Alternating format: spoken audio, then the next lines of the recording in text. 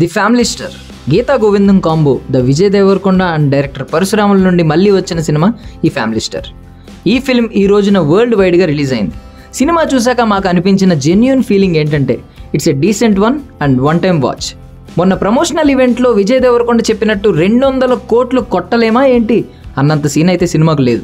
ఈ సినిమాలో ఉన్న మెయిన్ పాయింట్ చాలా అద్భుతంగా ఉంది, కానీ దానిని ఇంకాస్త బెటర్గా చూపించుంటే ఆడియన్స్కు బాగా కనెక్ట్ అయ్యి ఉండేది.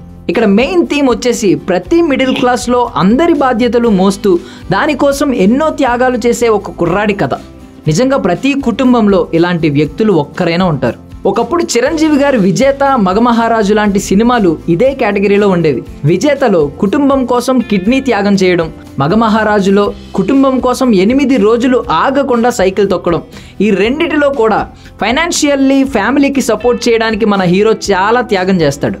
ఫైనల్గా మనందరి మనస్సులో హీరోగా ముద్ర వేసుకుంటాడు.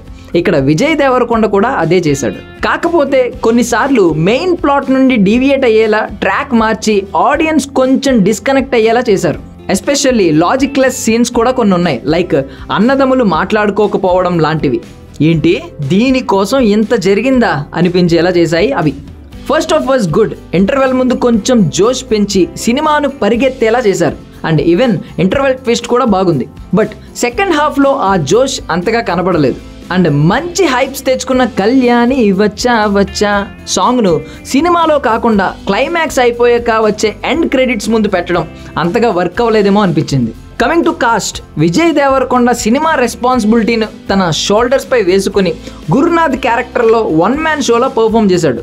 And Mrunal Thakur was okay. Sitaramam, Hi Nanna లాంటి సినిమాలలో అద్భుతమైన రోల్స్లో చూడడం వల్లనో ఏంటో ఈ సినిమాలో అంత అద్భుతంగా అనిపించలేదు ఆమె రోల్.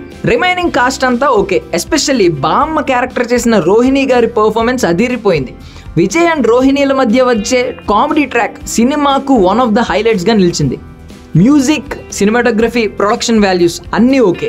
ఫైనల్గా కథలో పెద్ద కొత్తదనం లేకపోయినా ఎంగేజ్ చేసే సామర్థ్యం అయితే ఈ ఫ్యామిలీ స్టార్కు ఉంది. లోటుపాట్లు పక్కన పెట్టేసి చూస్తే మన ఫ్యామిలీలో కూడా అలాంటి ఫ్యామిలీ స్టార్ ఎవరో ఒకరు గుర్తొచ్చే అవకాశం ఉంది. సో ఒక్కసారి ఫ్యామిలీతో కలిసి చూసేయచ్చు.